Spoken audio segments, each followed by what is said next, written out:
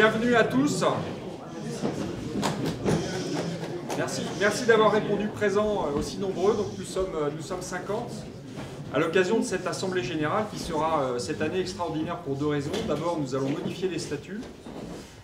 Et puis, nous avons un événement extraordinaire à célébrer cette année, à l'occasion du 200e anniversaire de l'envoi en mission de Sainte-Rose Philippines et du 30e anniversaire de sa canonisation. Alors, avant de rentrer dans le vif du sujet de notre Assemblée Générale, je vais passer la parole au professeur Gérard Dumont, venu de Valenciennes, nous parler des mines d'Anzin. Plus qu'une page de l'histoire des Perriers, plus qu'un chapitre, un véritable roman. Gérard Dumont est professeur agrégé d'histoire au lycée Henri Wallon de Valenciennes, missionné par l'Académie de Lille auprès du centre historique minier de Leeuwarden. Membre du conseil scientifique de cette institution, il a contribué à de nombreuses activités, expositions, colloques et publications, s'employant en particulier à exploiter et à valoriser les archives conservées à Leeuwarden. Il a aussi activement participé à la campagne qui a abouti en 2012 à l'inscription du bassin minier du nord de la France au patrimoine mondial de l'UNESCO. Les recherches entreprises depuis deux décennies l'ont conduit à inscrire son travail dans la durée.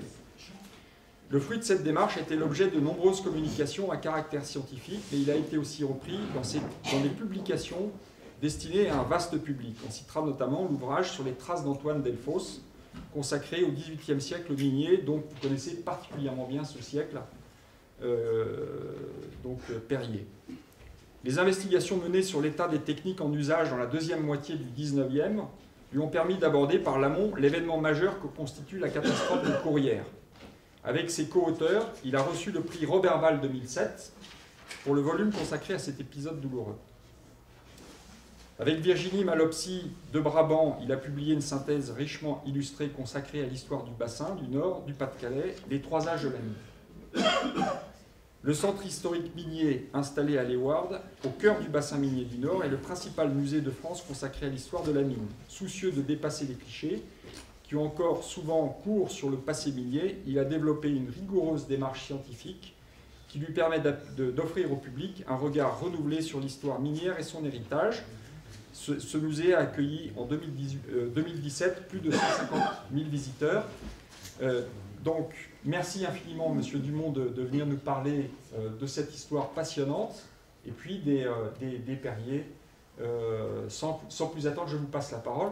J'en profite pour dire qu'on organisera certainement une visite du musée. Merci.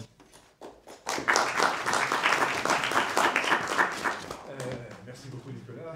Merci beaucoup, mesdames, messieurs, de m'accueillir en prélude à votre Assemblée Générale. Sur la diapositive qui est là, j'ai essayé de mettre en regard deux éléments complémentaires. Derrière un titre, Les Perriers à Anzin, le portrait de Casimir, qui pour moi est le personnage central dans la période qu'on a à évoquer. Et puis par ailleurs, une fosse, je trouve que c'est la fosse du Moulin, sans doute parce que le graphisme était plus sympathique que pour d'autres, c'est pour ça que je l'ai choisi, située à Anzin, petite commune du nord de la France, sa proximité immédiate de Valenciennes. Tout ce que j'ai à vous raconter se passe autour de Valenciennes, essentiellement pour un premier temps entre Valenciennes et la frontière belge, un peu à l'ouest de Valenciennes, pour la deuxième partie de mon propos. Je suis, il y a 2 ou 3 décennies maintenant, tombé dans la marmite, dans le chaudron minier, et je crois quand on arrive là, on pressent assez vite qu'il y a le moyen de dépasser les clichés, les lieux communs, les histoires qu'on ressasse, une mémoire 100 fois rabâchée, qui consiste à penser que l'histoire de la mine commence à peu près au temps de Germinal, au milieu du 19e siècle. Et en fait, on s'aperçoit très vite que cette histoire, elle est beaucoup plus longue, qu'elle s'enracine dans un passé beaucoup plus profond. En gros, le bassin minier du Nord-Pas-de-Calais a été découvert, inventé, entre guillemets, c'est le mot qui convient en principe, en 1720. Et finalement, l'histoire de la mine de charbon dans le Nord-Pas-de-Calais est au moins aussi longue, elle est aussi longue avant Germinal qu'après le moment où se situe l'action du roman de Zola. La période qui nous intéresse est moins connue. Forcément, les archives sont moins denses. Sauf qu'il y a quelques moments particulièrement intéressants, et ce dont je compte vous parler aujourd'hui, c'est le moment où les Perriers, 3 frères essentiellement, je vais centrer mon propos sur leur passage au pouvoir à la Compagnie des Mines d'Anzin, c'est-à-dire Scipion Perrier, c'est-à-dire Casimir Perrier, c'est-à-dire Joseph 3 des fils de Claude, qui successivement sont le cœur, le maître d'œuvre, le patron du conseil d'administration, le vrai nom c'est conseil de régie, de la compagnie des mines d'Anzin. On est entre 1795-98, donc l'époque révolutionnaire même pas achevée, et le début de la monarchie de Juillet, le moment où Casimir devient chef de gouvernement en particulier, ce qui recoupe un peu nos préoccupations. Je compte répartir mon propos en 2 parties inégales. Vous expliquer dans un premier temps ce que trouvent les Perriers quand ils arrivent à Anzin, et dans un second temps, la façon dont ils ont pu faire évoluer la compagnie des mines d'Anzin quand ils étaient de fait à sa tête, donc entre 1801, 2, contre 1 comme on veut, et 1832, 33 pour Casimir, et avec des ouvertures sur la période qui suit.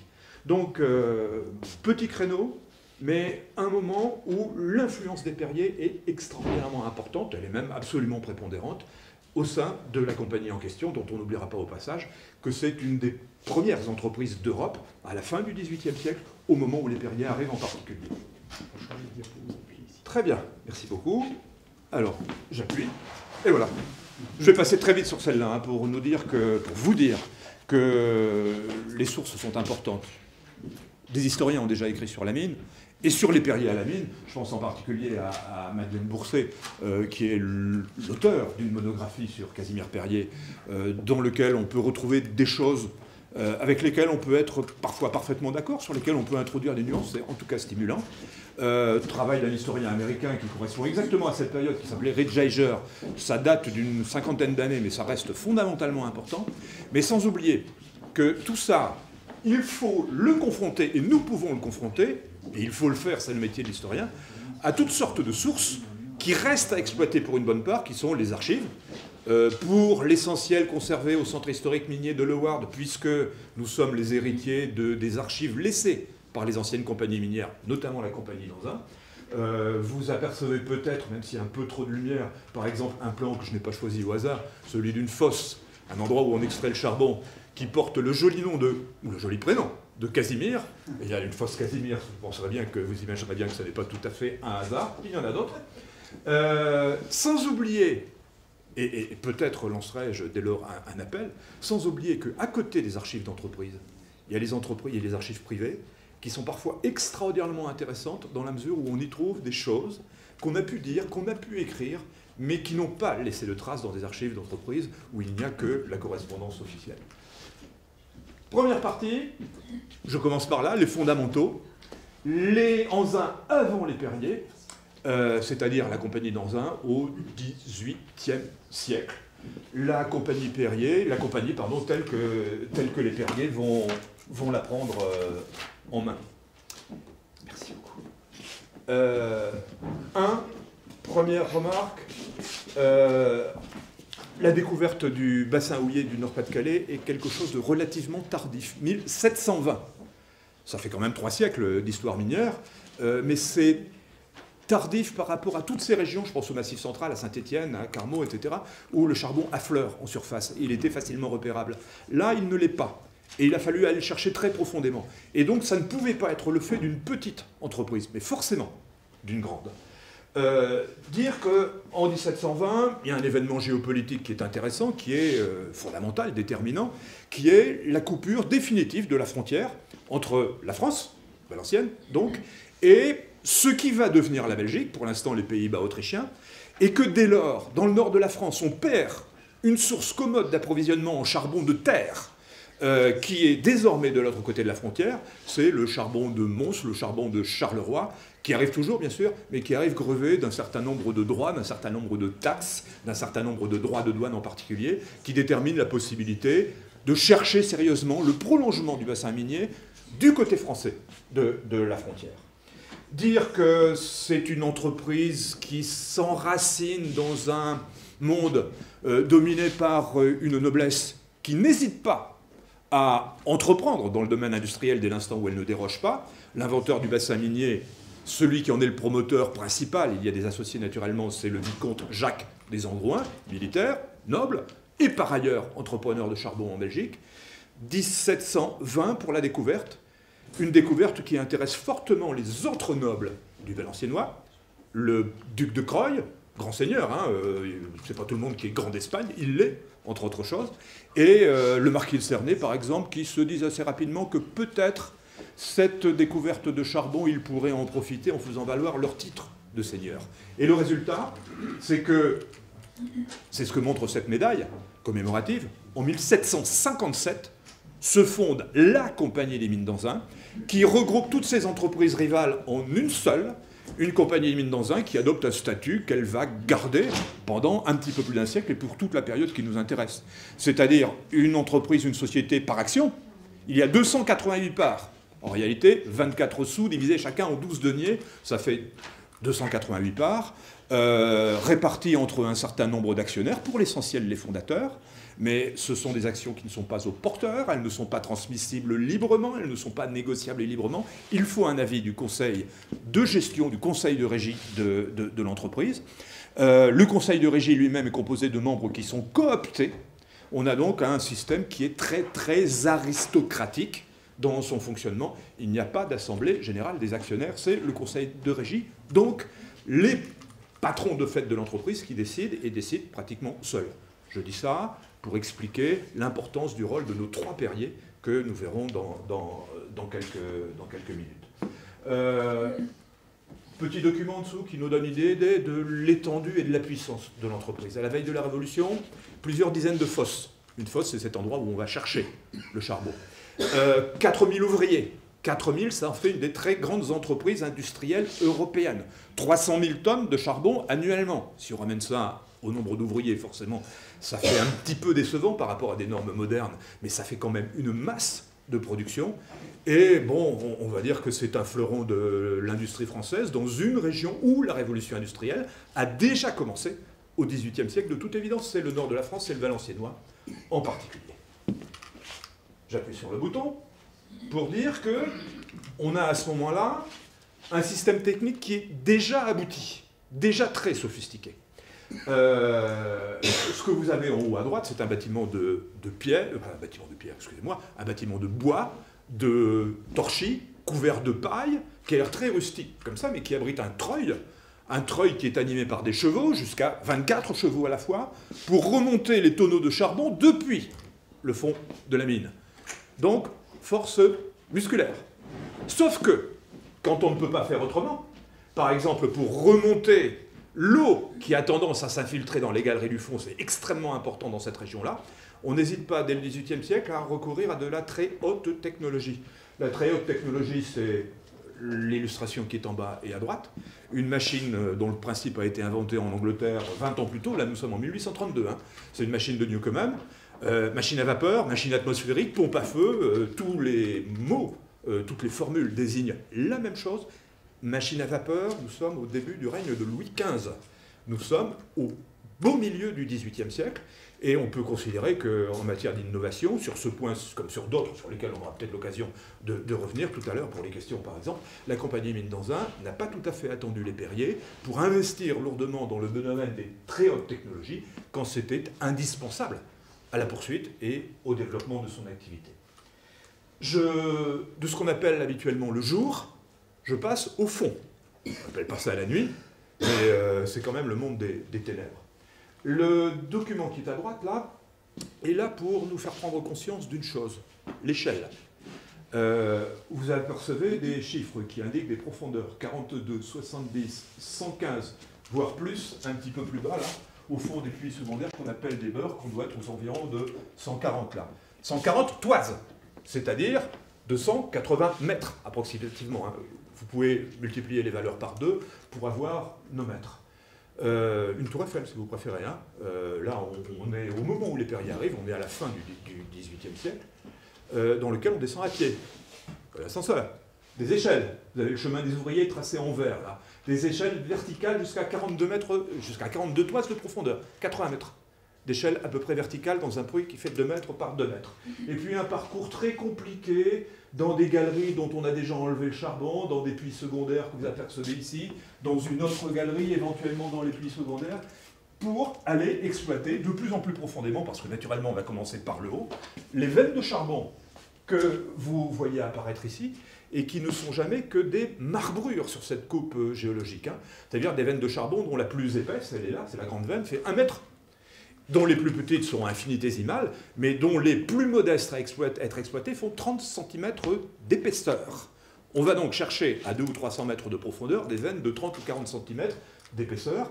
Ça expliquera la dureté épouvantable des conditions de travail qui tiennent à l'exiguïté du puits, l'exiguïté des galeries, jamais plus d'1 mètre de haut. En réalité, l'apaisement des terrains fait que c'est souvent 80 ou 70 cm.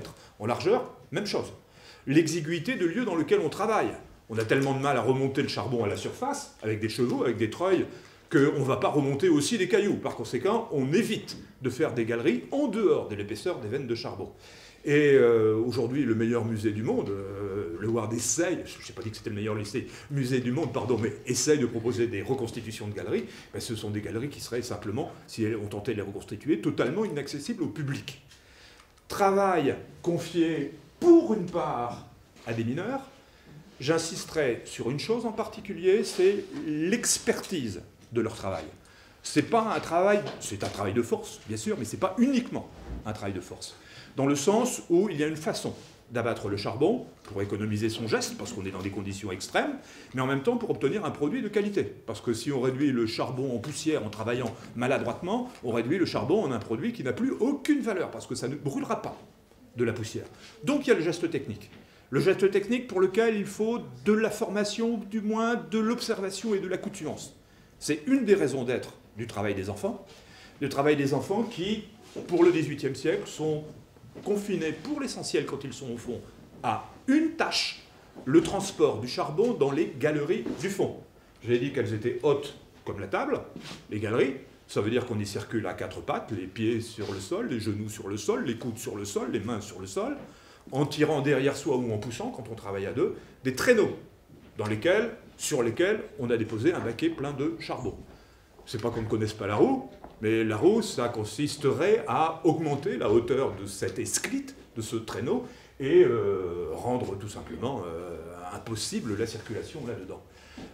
Travail, on a plusieurs cas qui l'attestent parfaitement, qui commencent habituellement aux environs de 7 ou 8 ans. Nous sommes au XVIIIe siècle. Et ce travail, au fond, donne l'impression que ça fait partie d'une forme de formation qui entretient ce qu'on appelle l'endotechnie, c'est-à-dire l'apprentissage sur le terrain d'un savoir-faire, celui des parents, celui du raccommodeur, du vieil ouvrier qui est là pour entretenir les galeries et qui peut aider, et en même temps une forme d'accoutumance à des conditions qui sont extrêmes, et que n'est pas prêt à affronter en général quelqu'un qui vient d'un autre monde que le monde de la mine. Ça explique pour une part une forme de reproduction sociale qui fait que bien sûr qu'il y a des gens qui sont venus à la mine sans y appartenir dans un premier temps, mais on ne devient pas comme ça comme dans Germinal. Je me souviens que c'est Germinal, c'est un siècle plus tard, quand Étienne arrive et en quelques semaines ou quelques mois parcourt tous les degrés du cursus honorum pour devenir abatteur, c'est-à-dire ouvrier qui abat le charbon, ça ne peut pas exister. J'insiste sur l'expertise. Ce petit jeton qu'on ne voit pas très bien, qui est en bas à droite, qui est le mode de paiement, pour vous indiquer que le paiement se fait à la journée, mais la journée correspond à une tâche, c'est-à-dire à une norme. On doit avancer d'1 mètre dans sa veine, sur une largeur donnée, qui a été définie avant. Ça veut dire aussi que si on fait moins que 1 mètre, on ne recevoir pas une journée tous les jours, mais par exemple 4 ou 5 journées sur les 6 jours de travail. Par contre, ça veut dire aussi que si on outrepasse sa tâche, on peut recevoir des salaires relativement plus élevés que le salaire nominal, jusqu'à 20, 30 ou 40%.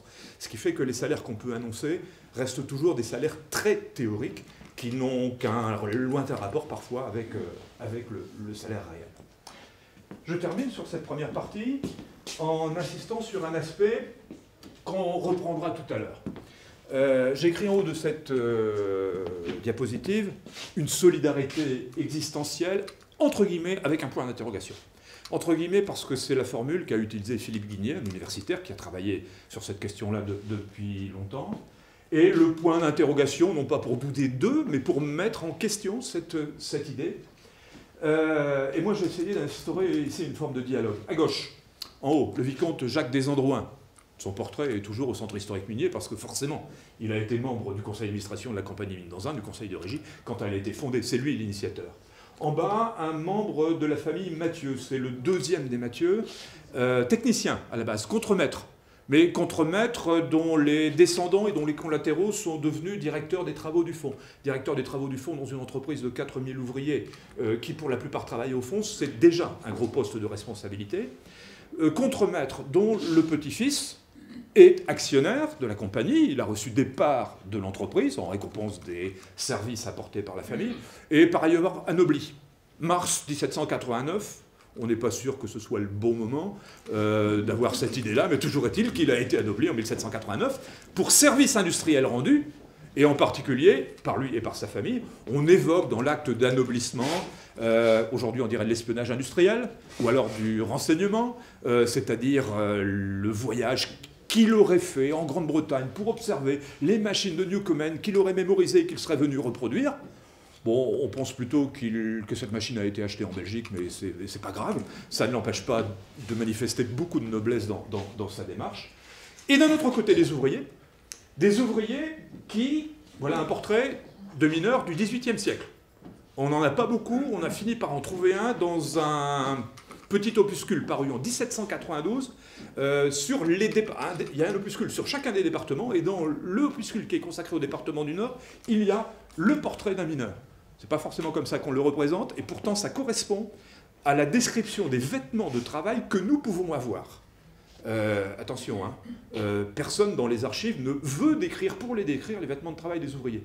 Mais il arrive que, quand il y a accident, on ait description des choses, description de l'accident, et donc description d'un certain nombre de détails qui nous permettent de recouvrer ça. Une maison, à droite. Aujourd'hui, elle est toujours là, dans cet état à peu près. 291 avenue de Saint-Amand à Anzin. Je vous explique, je travaillais sur un mineur qui s'appelle Antoine Delfosse, le voilà, identifié, on a son nom à la fin du XVIIIe siècle, quand on va aux archives d'Anzin, et quand un beau jour on trouve une adresse.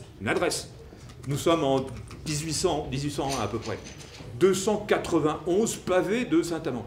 On se dit, pavé de Saint-Amand, enfin ça c'est la grande rue, il faut que j'y aille en rentrant chez moi. Et quand on arrive en 291, on voit ça.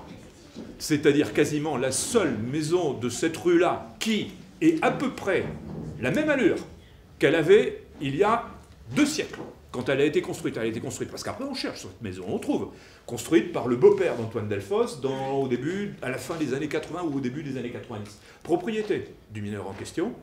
Alors on va faire abstraction de cette fenêtre de toit qu'on appelle couramment un Velux, on va faire abstraction du coffret EDF ou du fournisseur d'électricité, on va dire, on va faire abstraction de l'antenne de télé, on va faire abstraction des maisons d'à côté qui ont été surélevées, qui devaient ressembler à celle-là.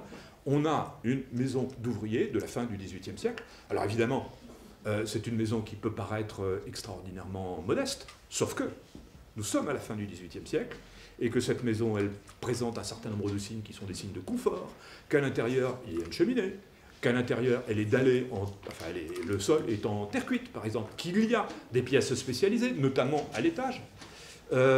Et si on relativise tout ça à cette période, on reconnaît un peu l'ancêtre des Corans, mais ça, c'est la propriété personnelle du mineur en question.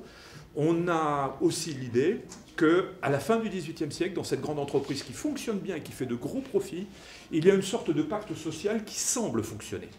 Dans le sens où, naturellement, les entrepreneurs sont les principaux bénéficiaires de l'exploitation, sauf qu'il y a une sorte de partage des fruits de la croissance, dans le sens où, pour autant qu'on puisse en juger, notamment eu égard à la détérioration qui va se produire après, on a un monde ouvrier qui bénéficie d'une relative aisance. Je ne dis pas monde ouvrier en général, mais le monde des mineurs.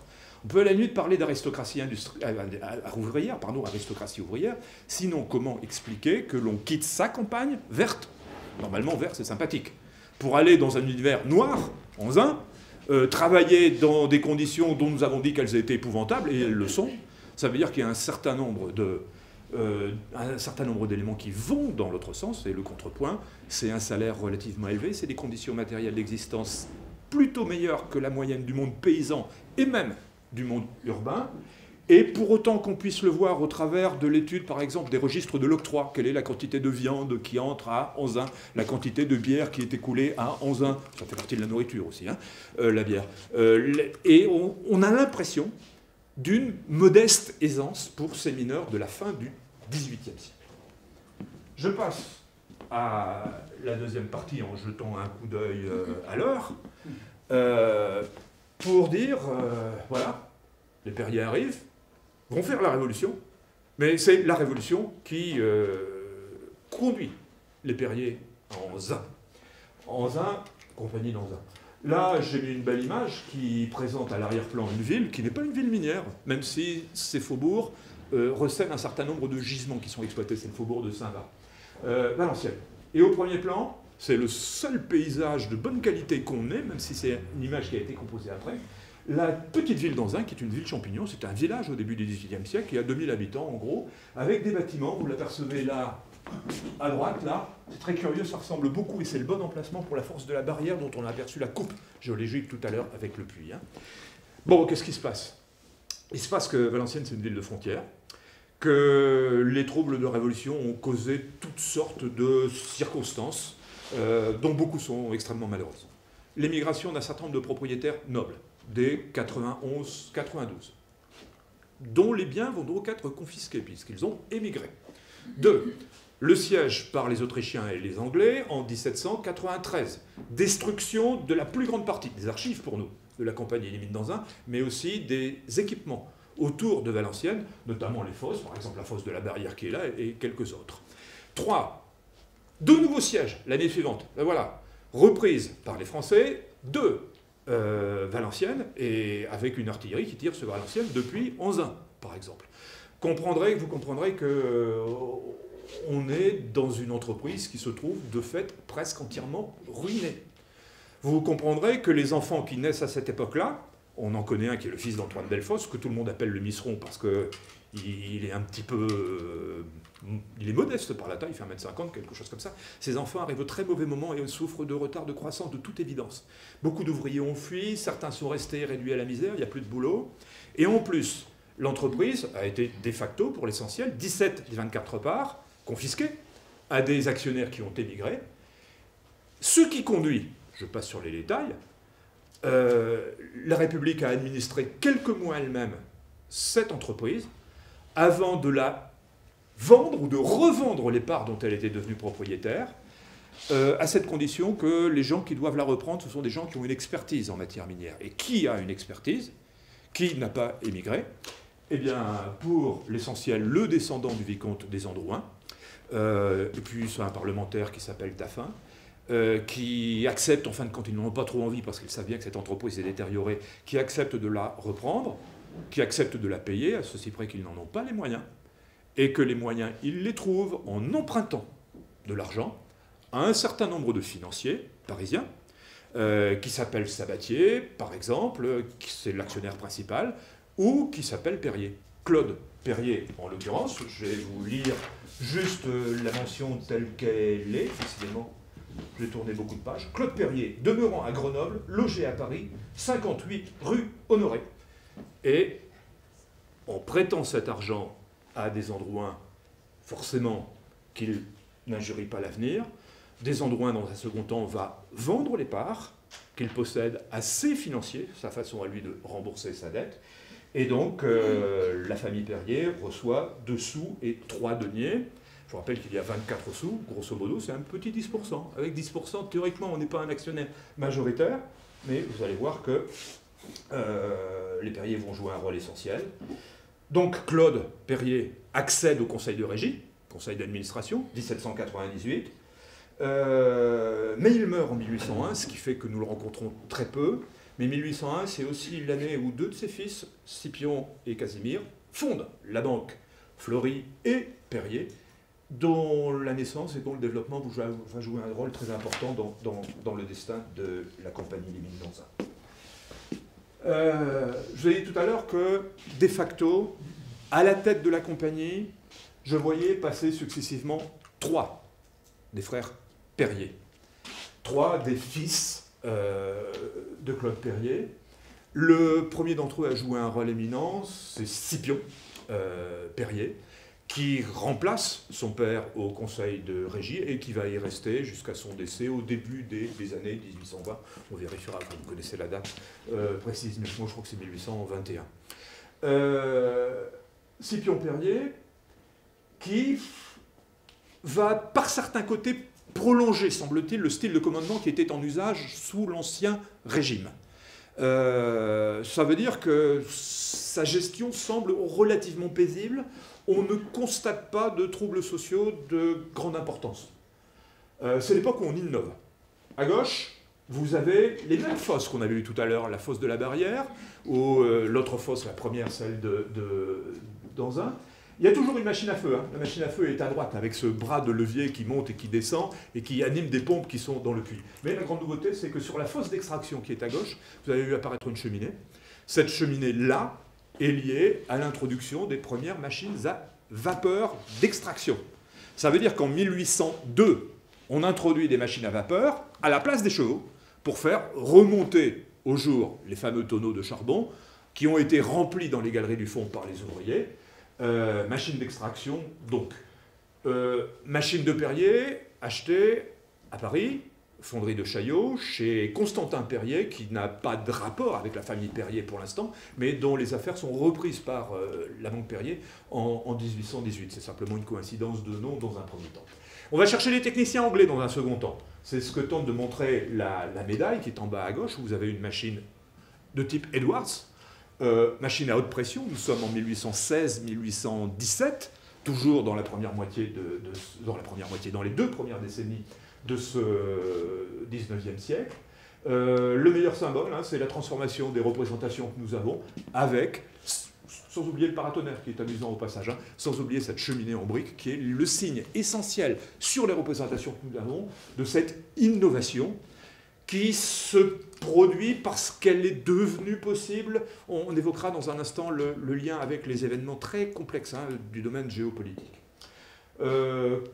Scipion Perrier, enfin, tout à fait notable, c'est en 1816 l'introduction à Anzin et à Fresnes, une des autres communes qui est l'autre centre de la compagnie pour l'instant, d'un enseignement mutuel qui s'adresse visiblement au plus grand nombre. 300 élèves à Fresnes, 300 élèves à Anzin, sans oublier les cours du soir pour les adultes. Nous avons les horaires, nous n'avons pas les motivations, hein, mais nous avons par exemple à Loire de la trace de commande d'ardoises, les ardoises pour écrire en même temps. Nous avons la trace de l'embauche à Paris de l'instituteur qui va prendre en main, qui va chapeauter l'éducation, qui, vous le savez bien, est assurée pour l'essentiel par l'intermédiaire de moniteurs, qui sont les élèves les plus avancés, qui font travailler leurs jeunes camarades sous la direction. Et on envoie régulièrement l'instituteur qui s'appelle Alvin à Paris pour se mettre au courant de ce qu'on appelle la nouvelle méthode. Donc, j'insiste sur les traces que nous avons de cette préoccupation des Perrier, à l'époque de Scipion notamment, de mettre en place quelque chose qui n'est pas l'enseignement professionnel, sinon on ne s'adresserait pas aux filles, par exemple. Parce qu'il est mixte, cet enseignement-là, pour des filles qui n'ont pas d'avenir dans la compagnie, en gros, hein, surtout pas dans les travaux du fond, même si elles y séjournent parfois quand elles sont enfants, en traînant les fameux traîneaux, les fameuses esclites pleines de charbon dans les galeries du fond dont on parlait tout à l'heure. Et s'il y a un frein à cette expérience, elle vient plutôt de l'Église, et de l'Église locale en particulier. On a la trace d'une protestation du curé doyen de Condé-sur-Escaut, la ville plus ancienne d'à côté, qui proteste contre cette mixité. On va trouver un moyen relativement simple de contourner le problème, c'est de séparer la salle en deux par une cloison en planche, les garçons d'un côté, les filles de l'autre, et le maître qui peut surveiller tout ça en étant vu de l'ensemble de sa classe mixte, de ces 2 demi-classes mixtes. Expérience dont on ne sait pas trop, il faudrait chercher quand elle a vu son terme, mais qui ne visait pas spécialement à former des ouvriers, et surtout pas des ouvrières, en s'adressant au plus grand nombre. Bon, voilà. Et une période qui paraît relativement paisible au plan social. Il y a des innovations contre lesquelles il y a des protestations qui sont assez logiques, mais des protestations relativement mesurées. Les machines à vapeur que vous avez là permettent de remonter des tonneaux de charbon qui sont plus importants. Donc, puisqu'on remonte les choses plus facilement, on peut remonter les cailloux.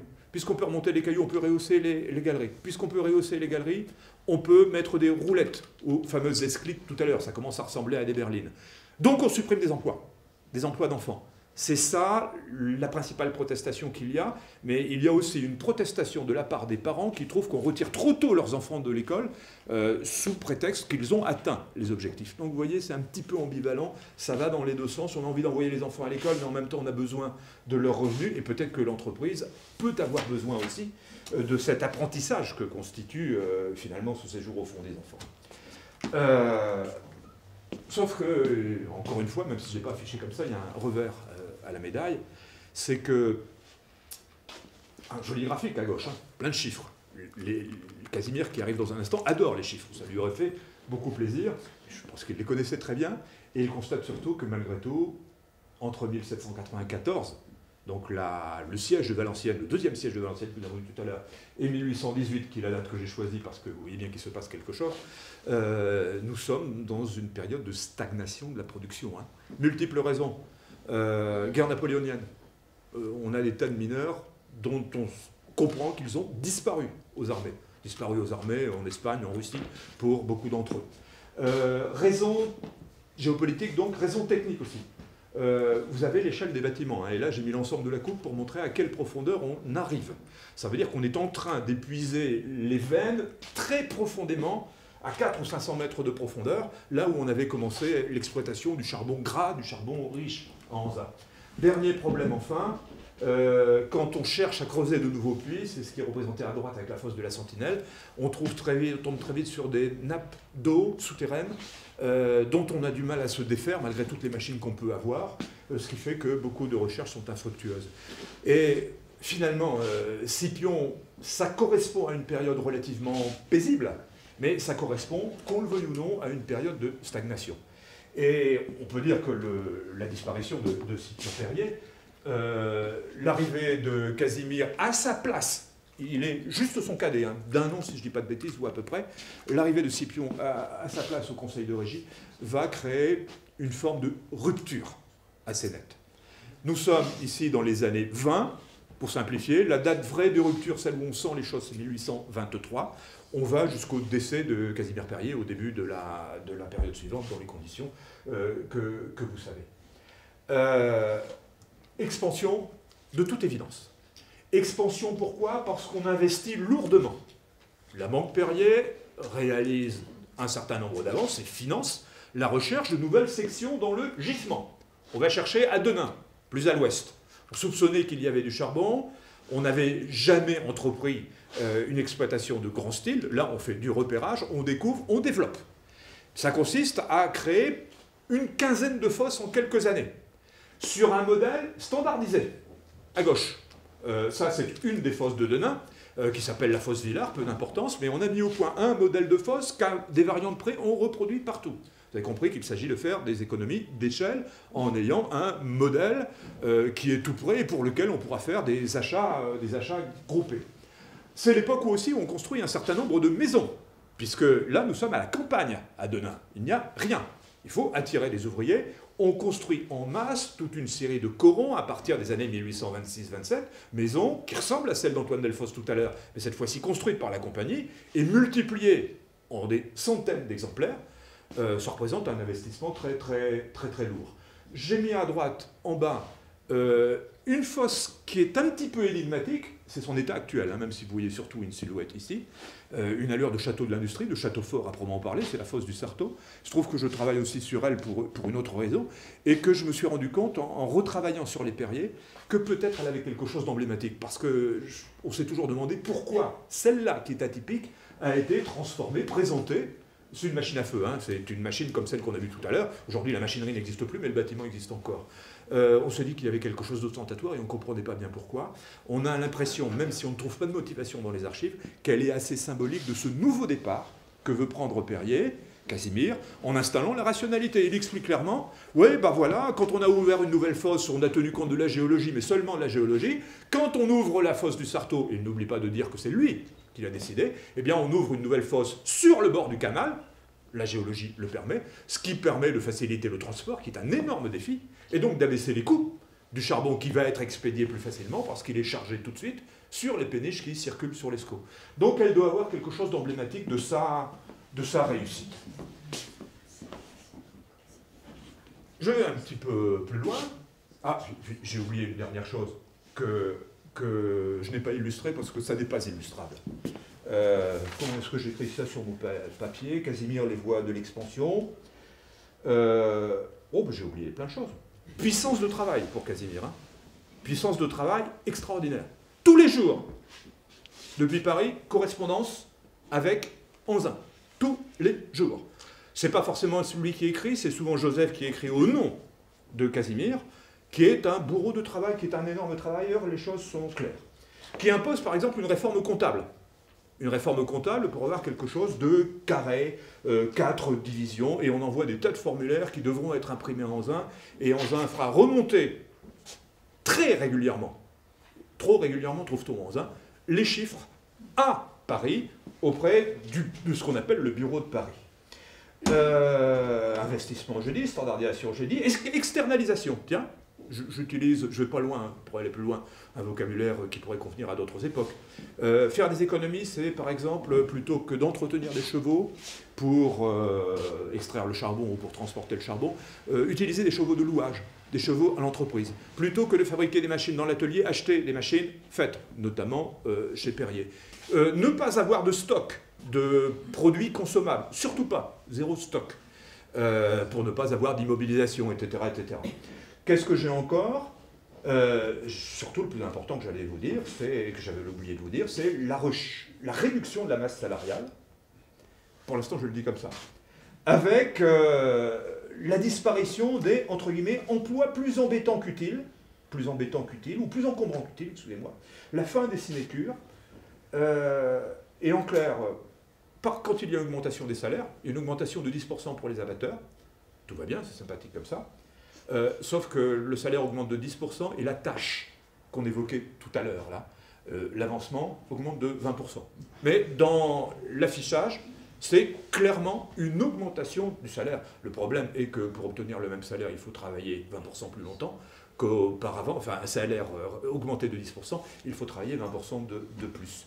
Vous comprenez bien que cet aspect-là sera accueilli de différentes façons selon le côté duquel on le regarde. Il est évident qu'en termes de profitabilité, Geiger, l'historien que j'évoquais tout à l'heure, a calculé que l'augmentation des bénéfices distribués était de l'ordre de 40% dans les années 20. Le prix de revente des actions, il faut que la revente soit autorisée par le conseil de régie, mais il y a quand même un prix, et ce n'est pas une transmission gratuite, et multiplié par 3 pendant la même période, ça veut dire que cette entreprise laisse aux investisseurs qui obtiennent le droit d'y entrer des espoirs de croissance élevés. Sauf que, forcément, vous vous en doutez, il y a un revers à cette médaille, et le revers à cette médaille, il tient à plusieurs choses. L'autorité de Casimir, c'est parfois l'autoritarisme, voire de la susceptibilité. Et je vous ai dit tout à l'heure que son frère Joseph rédigeait souvent les lettres qui sont à son nom. Entre-temps, il envoie des lettres à Anzin en disant, par exemple, au directeur général, peut-être pourriez-vous féliciter mon frère pour telle ou telle chose, ne me dites pas que je lui ai dit, mais ça ne lui ferait pas de mal. Et d'ailleurs, tout le courrier officiel, même si c'est moi qui l'ouvre, c'est à son nom qu'il faut le mettre. On comprend un peu qu'entre les deux frères, il peut y avoir non pas des tensions, il ne faut pas exagérer, ils s'entendent forcément extrêmement bien, mais l'amour-propre de Casimir est parfois souligné par Joseph, qui de ce côté-là paraît un petit peu plus modéré. Brutalité quand même avec les cadres. Le conseil de régie de 1823, c'est on met à la retraite, brutalement, en les accusant de paresse intellectuelle, de fainéantise, c'est écrit tout ça, hein, dans les archives on peut consulter, des gens qui jusque-là, à l'époque de Scipion, étaient régulièrement félicités par le conseil de régie et recevaient des gratifications à ce titre. Disons qu'il n'y a pas beaucoup de pincettes et beaucoup de ménagements. L'emploi, c'est l'envoi sur place de fidèles, notamment pour la réforme de la comptabilité, un comptable qui s'appelle Roland, avec 2 L, qui est un employé, hein, qui se plaint un peu parce qu'il a le sentiment, à Anzin, d'être accueilli comme un espion de Paris et du bureau parisien. Il y a quelques raisons à cela. Je vous parlais tout à l'heure de la correspondance non officielle, privée, qui nous est arrivée dans le sens où un agent général qui avait été nommé par Casimir Perrier, qui s'appelle Paul Zedivoire, a conservé la trace de sa correspondance avec Perrier, et comme ce sont des archives privées qui ont été publié en 1958 dans une revue un peu confidentielle, dans les archives privées, on trouve des choses qu'on n'aurait jamais gardées dans l'archive de l'entreprise. Et notamment la trace de ce jeu de Casimir Perrier qui consiste à jouer les uns contre les autres, et à écouter l'avis de chacun des cadres de la compagnie en lui conseillant de se méfier des autres. Ça n'existe plus, naturellement, ce genre de choses. Le résultat, c'est des erreurs d'appréciation. Des erreurs d'appréciation de la part de Casimir. On nomme un directeur des travaux du fonds qui s'appelle Lachapelle, qui s'avère très vite être incapable. Il a été recruté par Casimir Perrier. Donc, comme il a été recruté par Casimir Perrier, il ne peut pas être question de le renvoyer. En gros, on va le conserver, puisqu'il a pu être utile à l'occasion. On le sait bien, on le garde, parce que ça serait se désavouer. Paul Zedivois, tout à l'heure, que j'évoquais, agent général, donc principal représentant de la régie, a été visiblement choisi pour être un exécutant, sauf qu'il finit par s'agacer et faire remonter à Paris des avis selon lesquels lui qui est sur place constate que telle mesure qui a été décidée à Paris en fonction d'une source uniquement comptable ne peut pas s'appliquer dans la réalité. Paul Zedivois, au bout de 2 ans, est acculé à la démission. De facto, il démissionne, ce qui n'empêche pas Casimir Perrier de dire que c'est lui qui l'a renvoyé, au conseil d'administration en particulier. Et puis, parfois, il y a de la compassion. Hein. Ça veut dire que quand on a la remontée à Paris d'un accident, et j'ai noté un accident à la fosse de Mézières en 1826 en particulier, il semble sincèrement touché. Et, par exemple, encourage la direction d'Anzin à verser aux veuves et aux enfants des pensions. Et en gros, il écrit je suis trop triste de cette affaire, je ne peux plus parler d'autre chose aujourd'hui, on parlera demain. Il écrit tous les jours, des affaires commerciales qui nous intéressent. Sauf que les maisons, et voilà, quand on les construit, on écrit en même temps, les maisons ne pourront jamais, pour quelque motif que ce soit, être laissées à ceux qui seraient admis à la retraite, ni aux femmes, ni aux enfants en bas âge, de ceux qui viendraient à décéder. Cela veut dire que, en même temps, sur un cas particulier, il y a une forme de compassion, mais en même temps, quand il s'agit de la masse, ou d'anonymes, ou d'un groupe, on aboutit à écrire des choses telles que celles-là, qui clairement sont considérées comme une rupture par rapport à l'ordre établi, où il y avait des usages, et l'usage c'était que la compagnie aidait ou entretenait d'une façon ou d'une autre ses anciens employés, et les veuves, et éventuellement les orphelins. À gauche là, le petit papier que j'évoquais tout à l'heure, celui qui date de 1823 et qui est consécutif au renvoi d'un vieil ouvrier qui était garde. C'est un emploi protégé, c'est pas productif, c'est clair, mais c'était une façon de lui donner une sorte de pension. Lui qui est né au début des années 60 et qui a 56 ans de service, dont la plupart au fond. On le renvoie, c'est conforme à ce qui était prévu, j'ai dit tout à l'heure réduction de la masse salariale, sauf qu'il n'y aura pas de secours. Pourquoi lui peut-il en réclamer un? Et l'obtiendra sans doute parce que son fils, le Misseron, celui dont je parlais tout à l'heure, est mort dans un accident en 1823 dans une fosse de Saint-Va, et que dès lors, les uns et les autres obtiennent la possibilité de lui donner une pension. Sauf qu'il s'adresse à ses patrons dans un langage qui paraît désormais désuet. Antoine Delfosse, ancien ouvrier des mines au charbon d'Anzin, se réclame à ses braves maîtres pour avoir du secours. Brave maître, c'est une connotation, c'est un peu connoté 18e siècle. On est entré dans un autre style de gouvernance de l'entreprise, où on n'est pas sûr qu'il ait bien compris, même s'il est probable qu'il ait obtenu satisfaction. Alors je termine, excusez-moi d'aller vite, en disant que, de facto, cet épisode aboutit à, non pas une explosion, mais à une émotion. 1833, mouvement de grève à Anzin, interdit la grève, loi Le Chapelier, donc procès pour les grévistes. Pas de violence en soi, c'est l'époque de révolte des canuts à Lyon, c'est infiniment moins violent, ça n'a aucun rapport, même si on appelle parfois ça l'émeute des 4 sous. Des vitres brisées, des cadres bousculés, c'est à peu près sûr, j'ai pas entendu parler de chemises arrachées, mais des cadres bousculés, des ouvriers qui pénètrent dans le conseil de régie, et un procès. Ah oui, un slogan, pas que j'oublie. À bas les Parisiens, vive les Mathieu, j'essaie de le prononcer avec l'accent, vive les Mathieu d'Anzin. Les Mathieu d'Anzin, sans doute idéalisés dans une certaine mesure, c'est-à-dire ces anciens cadres, ces anciens patrons, qu'un certain nombre d'ouvriers vont suivre quand ils vont fonder Charles Mathieu ici, la compagnie des mines de Douchy. J'ai oublié de dire une chose tout à l'heure dans les erreurs de Casimir. L'erreur de Casimir, ça a été de provoquer le départ des meilleurs ouvriers qui vont ailleurs valoriser leur talent. Et ça, c'est pas bon pour les ouvriers, mais c'est pas bon pour l'entreprise non plus. Hein. Ce qui expliquera, au lendemain de cet épisode qu'on appelle parfois l'émeute dans un, que le procès des ouvriers tourne au procès de la compagnie. Et que l'opinion publique, à l'échelle nationale, pour autant qu'on puisse le mesurer, mais à Valenciennes en tout cas, prend fait et cause pour des ouvriers dont on écrit. Alors, reste à voir comment on peut mesurer tout ça. C'est pas facile. Qu'ils ont été victimes d'une sorte de précarisation et d'une forme de paupérisation, clairement. S'il y a un moment qui est dur pour les ouvriers mineurs, c'est celui-là. À d'autres moments, ils apparaissent plutôt privilégiés. Là, il y a une dégradation. Ce qui explique, sans doute, et je vais pratiquement terminer avec ça, que dans les années qui suivent, quand Casimir disparaît, le choléra laisse la place forcément à Joseph, qui était derrière lui, et qui va, à mon sens, pratiquer quelque chose que j'ai appelé accommodement, sans jamais le dire.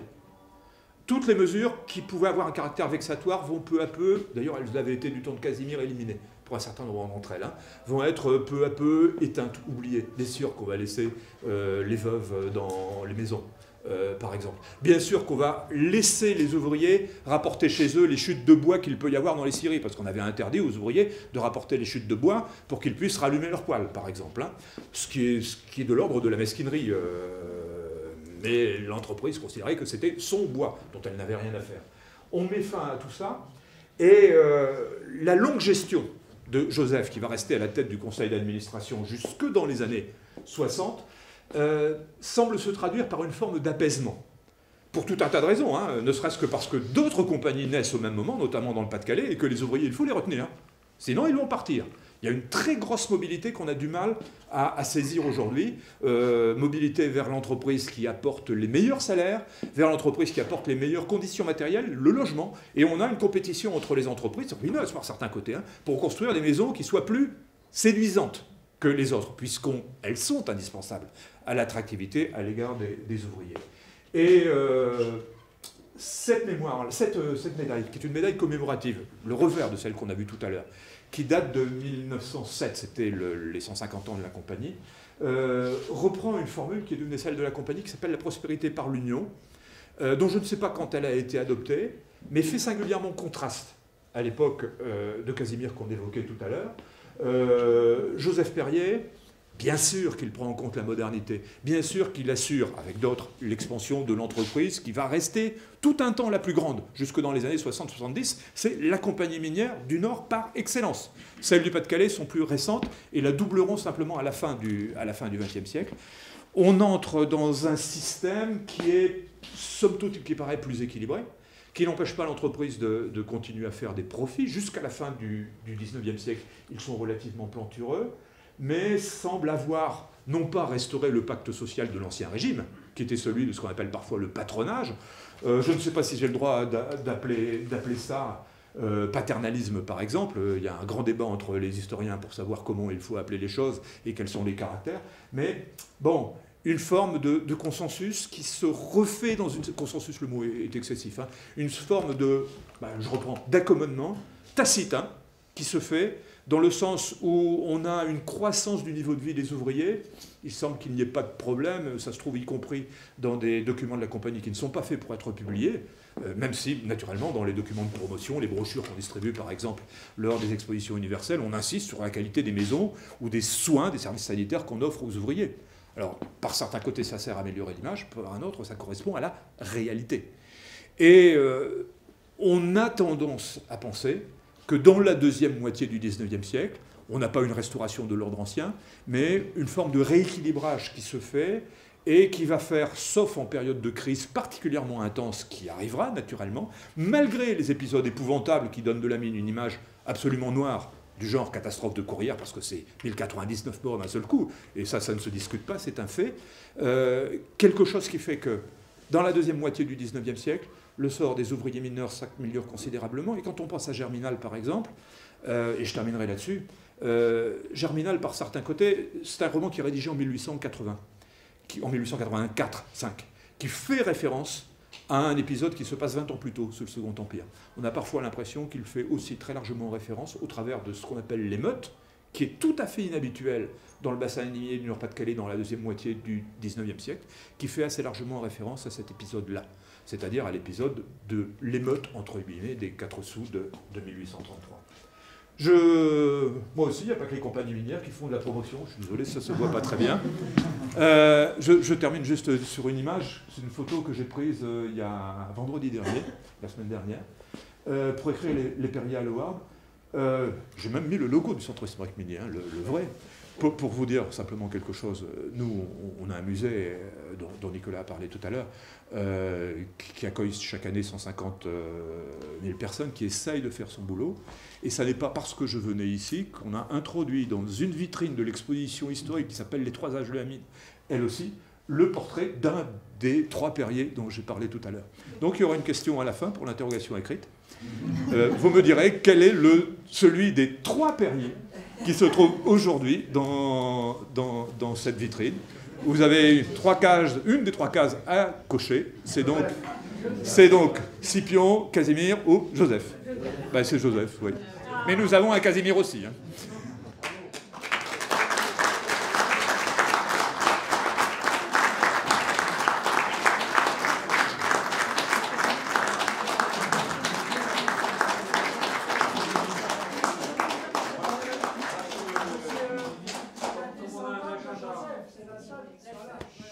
Félicitations. Comme on a un agenda derrière très chargé, on va se garder quand même 10 minutes pour les questions parce que vous avez vraiment fait une intervention passionnante. On voit que vraiment vous avez travaillé le sujet. Parce que c'est un sujet évidemment extrêmement vaste, bien plus vaste que les Perriers. Mais merci en tout cas pour ce travail. Merci d'être venu de Valenciennes. Et puis place aux questions. Je suis sûr qu'il y en aura. C'est moi qui distribue le premier qui a levé la main. Allez, je vous en prie. Je voulais savoir jusqu'à quand la famille Perrier a conservé ses mines. Bon, je ne sais pas bien. Dans la mesure, enfin je vais vous répondre quand même, hein.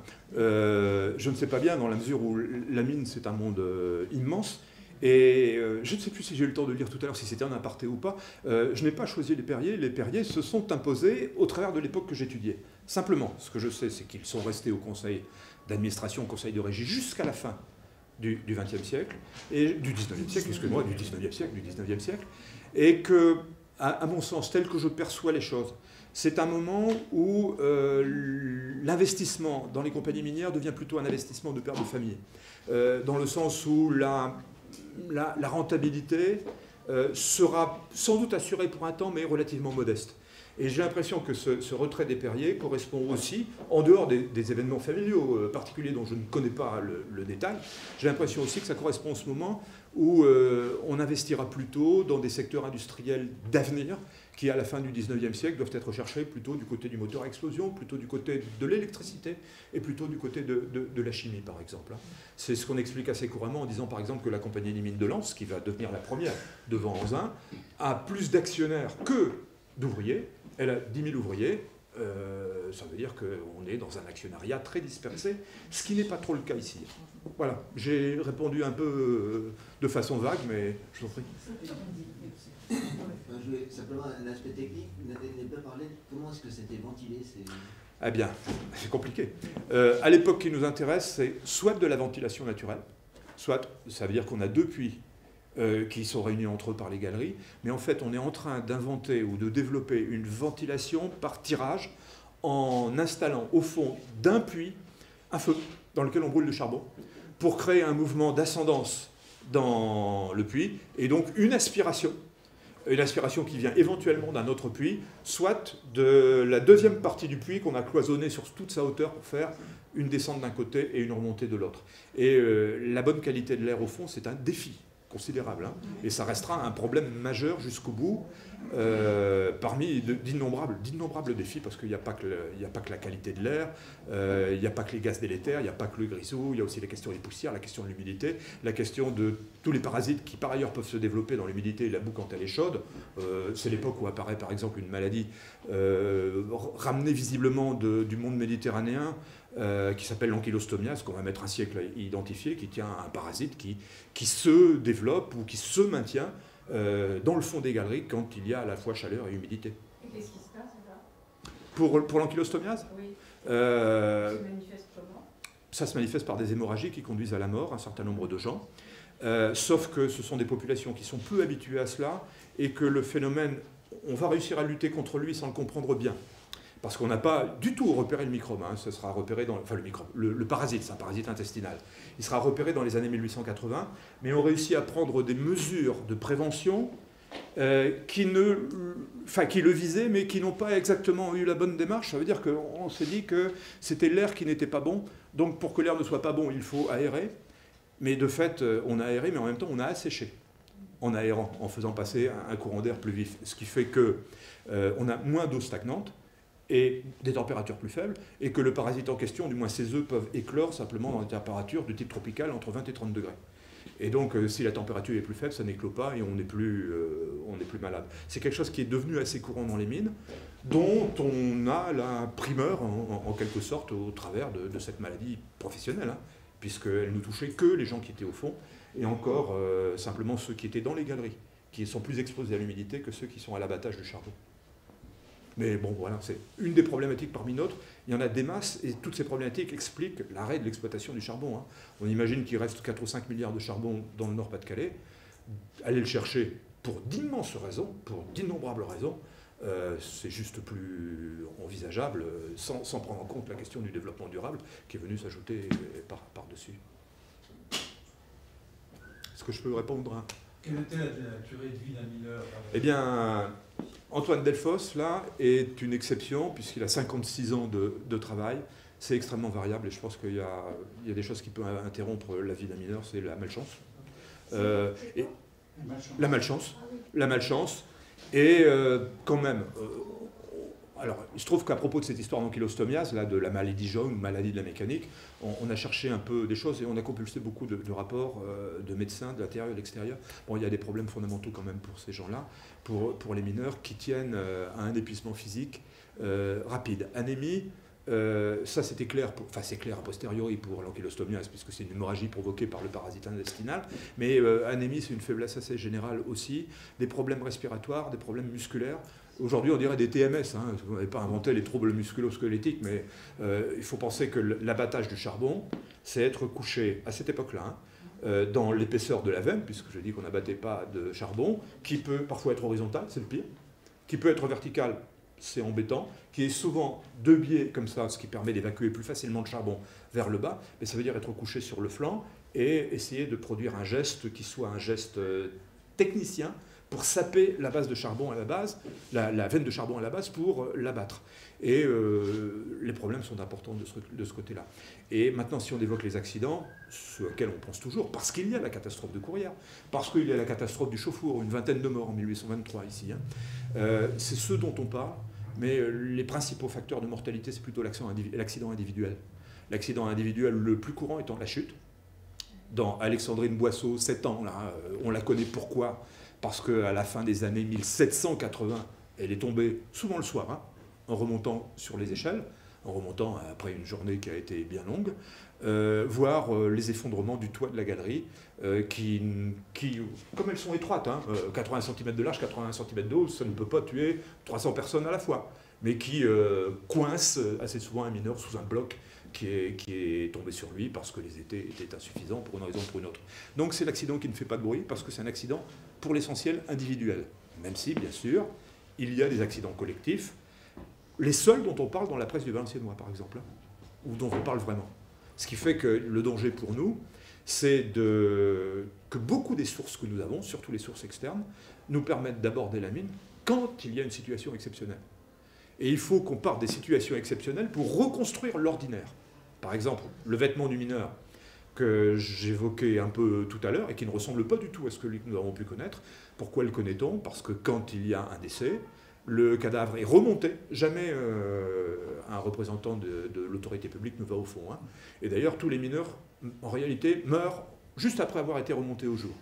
Ça veut dire que personne ne descend, ou ne veut descendre, ou on ne laisse descendre personne. Mais là, on a une description, c'est la justice de paix, on a une description du cadavre, et donc on a une description de son vêtement, c'est comme ça qu'on le connaît.